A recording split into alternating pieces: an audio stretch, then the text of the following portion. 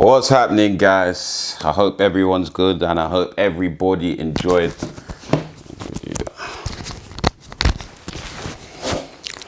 What's happening, guys? It's Big Yems here, back with another one. Obviously, UFC London is done and dusted. Shout out to everybody that I met at the O2 that jumped in my video and answer some questions, and shout out to everybody that's the new subscribers and the new followers on Instagram. It wasn't as busy as last year because, you know, to like the casual fans, they wouldn't really know who a lot of the guys on the card were. So I don't blame them for that. But obviously that video that I did with that I did at the O2 will be out in the next couple of days. Shout out to everyone that took part in the Q&A. But anyways, let's talk about UFC London as a whole. The card was quite good, to be fair. It was decent. It was decent. I won't sit here and lie. It was a decent card. I'm not going to spend too much time talking about the overall card. I'm just going to pick out a few performances that I think stood out and that I want to give a shout out to. Obviously, shout out to Chanel Dyer. She's someone that I've known about for a couple of years now. And listen, she came and did her thing, man. Honestly, shout out to Chanel Dyer, because she put on a good fight, man. Got the KO finish. And, you know, her opponent didn't really look. Chanel Dyer looked very, very good. She looked very, very good. And she's going to cause a lot of people in that strawweight division some trouble. Obviously, she is a British fighter, but she is also Nigerian. But you know what? Yeah, maybe one day, eventually, when, you know, I get to mix around with a lot of the UFC fighters a bit more, I'll get to ask her, because I really want to know, like, what tribe she is and whatnot, because I'm Nigerian as well. And even her surname, Dyer, it's not really, do you know what I mean? It's not your typical Nigerian name. But shout out to Chanel Dyer, because, yeah, like I said, she put on a masterclass of performance. Once she had her opponent hurt, she didn't let off on the gas, and it was calculated pressure, calculated chaos. So shout out to Chanel Dyer. Then obviously we had Shamrock on the card. I'm gonna watch that fight because I haven't actually had time to watch it, but I saw that he lost. And for someone that, you know, talks the good game and whatnot, and I believe he lost his debut as well, I wouldn't be surprised if the UFC cut him, because it's like you haven't lived up to the hype, you haven't lived up to the expectation. So, you know, I wouldn't be surprised if the UFC do cut him. So when I get time later today, I'm gonna be watching his fight. His fight is one of the fights I will be watching. Mario Pinto as well got a win, decision. I didn't know much about his opponent, so I didn't even bother. Like, I wasn't too invested in that fight. But shout out to him, another UK fighter on the card. Obviously, we had Nathaniel Wood versus Lerone Kieta. I haven't actually had time to watch that fight. So later on today, when I'm watching the fights that I want to watch back, or the fights that I haven't seen, that will be one of the fights I watched. But if you guys remember, anyone that tuned into my predictions would have seen that I did pick Nathaniel Wood to get the job done over Lerone Kieta. I just thought Nathaniel Wood's experience would carry him and would get him the decision win. So shout out to Nathaniel Wood, because a lot of people were counting him out, thinking that Kieta was going to blow through him. Then obviously, let's talk about the main card, guys, because there were a few surprises. Obviously, we had Curtis Campbell versus Danny Silva. And I watched that fight this morning, actually, because I didn't get time to watch yesterday, because obviously I was making content. And by the time I got home and did a few bits, the card had already started. And Curtis Campbell, listen, good fighter. I was surprised to see him get finished. But what I will say is the way he came out, personally, I didn't really like it. I haven't watched a lot of his fights. I've seen a lot of stuff through highlights when it comes to Curtis Campbell, but I've known about him for the last 3 or 4 years now. Had a very, very good amateur career. Had a good pro career. He was on an 8-0 winning streak. He's now 8-1. And what I will say, yeah, In round one, I do feel like Curtis Campbell was throwing things a bit too heavy. I think he was, you know, when they say,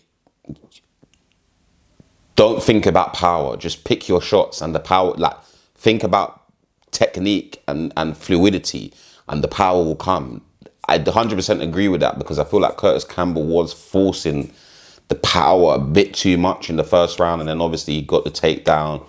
He was trying to take Danny Silva down. He did get him down once or twice in the first round, and I do feel like he gassed himself out a bit going into the second round. But hey, it's a lesson to learn. For me, he did look a bit tired in the second round, and I don't really, personally, I don't think that's down to the wrestling per se. I think it was down to him trying to throw the shots so heavy. I get it. It looked like he was just trying to get Danny Silva to respect him. And you know, one thing I will say, if you can catch your opponent with a very, very good shot in the first round, you are more than likely going to earn their respect, and they will be a bit hesitant to throw certain shots. So, you know, I get it. I do get it. Obviously, he got finished with 30 seconds to go.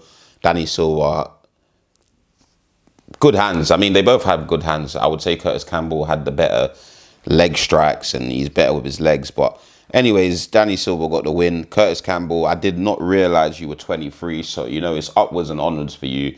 This is something that I'm sure more than likely you'll use as fuel. Like I said, he had a very, very, very, very good amateur career and pro career up until now. So I do think Curtis Campbell will bounce back. But I just think with the sort of style he has, he should pace himself a bit more, and knockouts will come. But shout out to Curtis Campbell. Obviously, we move up the card. I'm not going to talk about too many fights. Iwo Baronienski, that what a fight. Not that that knockout was quick within the first 28 seconds.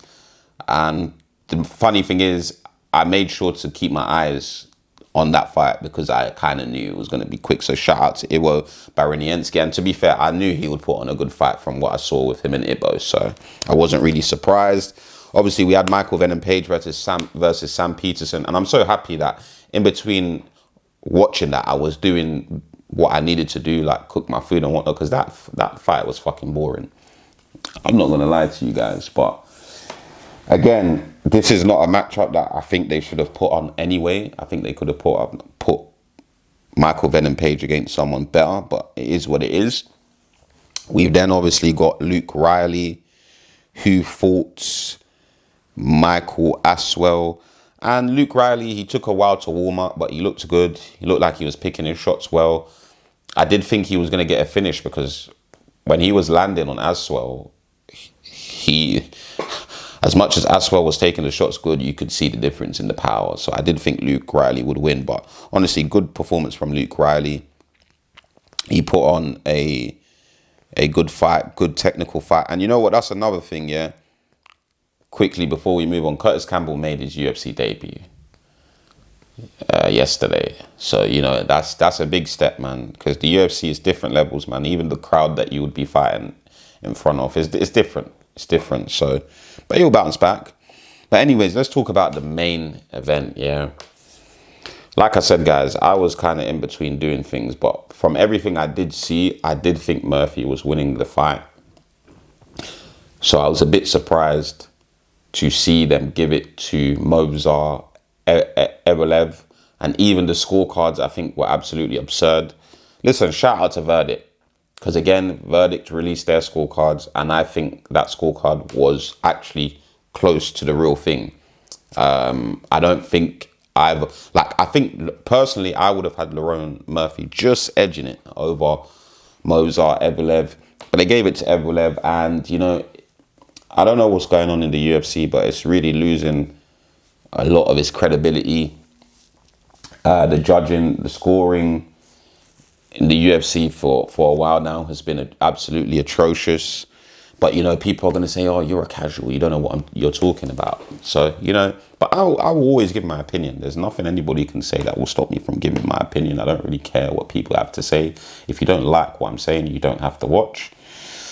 But obviously now Lerone is 17-1. He's now got someone's, like my friend said before the fight, someone's O has to go. And unfortunately, it was Murphy's. Dana White didn't seem too excited about, you know, Mozart facing Volkanovski. He even called the fight with Murphy quite boring. But you see what you need to understand. You've got two guys who are quite good at fighting to a decision. But you've got Evloev, who, respectfully, doesn't really offer much. Like, even on the feet, he didn't offer any. Like, of course it's going to be a boring fight. You're fighting Evloev, respectfully. Like, let's be real. And that's what Evloev does. He makes fights boring, respectfully. So, you know, shout out to Mozart, he got the win. But looking at his potential matchup, before we even get into that, yeah, I genuinely feel sorry for Lerone. If he even popped his hip and whatnot in the 3rd round, was still able to fight on, and he got robbed. Absolute robbery. But it is what it is. We can't sit here and bitch and complain about it. All I will say, like I said, the UFC is losing a lot of its credibility. And whoever their judges are, they need to get new judges, because the judging has been bad for a while now. But, you know, talking about the potential matchup between him, Mozart and Alexander Volkanovski, Dana White did not seem thrilled about making that fight. And, you know, Volkanovski has come out and actually said, you know, he thinks Evloev is going to have to offer more than that. And to be completely honest, guys, I agree with that. I 100% agree with that. I feel like Mozart doesn't have an... Listen, this Volkanovski went up against Islam Makhachev and gave Makhachev one of his hardest fights, if not the hardest fight of his career. And you think Evloev is going to be able to hold down Alexander the Great Volkanovski? Come on, man. And on the feet, Volkanovski is going to absolutely piece him up. He's going to have his way. So I don't think we need to see that. You know what I wouldn't mind? Arman Tsarukyan tweeted and said, maybe it's time he comes and saves the featherweight division. And you know what? I would be up for seeing that. I wouldn't actually mind seeing Arman Tsarukyan versus Alexander Volkanovski. But you know what? To make things a bit more interesting, forget that. UFC, fuck Mozart Evloev, respectfully. Just make the Gene Silver fight. Just make Gene Silver versus Alexander Volkanovski. That's the most exciting fight to make right now in the featherweight division. Every other fight, there's no point. We don't want to see it. I can't lie, the featherweight division is in a very dark place. Why, Ilya, why did you have to leave, bro? Why did you have to leave? Because that division is a shambles. But anyways, man, like UFC London as a whole, I'll give it a 7 out of 10 because they had a lot of UK fighters on there and it was actually a good way to showcase the UK talent. The only thing I would say is because they don't come quite often, they should have had some more familiar faces on the card. Because like I said, when I was doing my content at the O2, it wasn't as busy. But it is what it is. It was a decent card. I'm going to rewatch Evloev versus Lerone Murphy. Maybe I'll change my mind on the outcome. And I'll let you guys know what I think. But in the meantime, like and subscribe, guys. It's Big Yems. And again, shout out to everybody that I met at the O2 that came down for the UFC. I met some guys from Liverpool. I met quite a few Scousers, to be fair. I met some guys from, I can't remember what country it was. You guys will see them in my video. Shout out to them because they didn't know too much English. So I had to ask them very, very, very basic questions. But shout out to them for getting involved, even though their English wasn't the best. Shout out to all the new Instagram followers that I gained from the little Q&A that I did. And look out for that video. It will be out in the next couple of days. Like and subscribe, guys.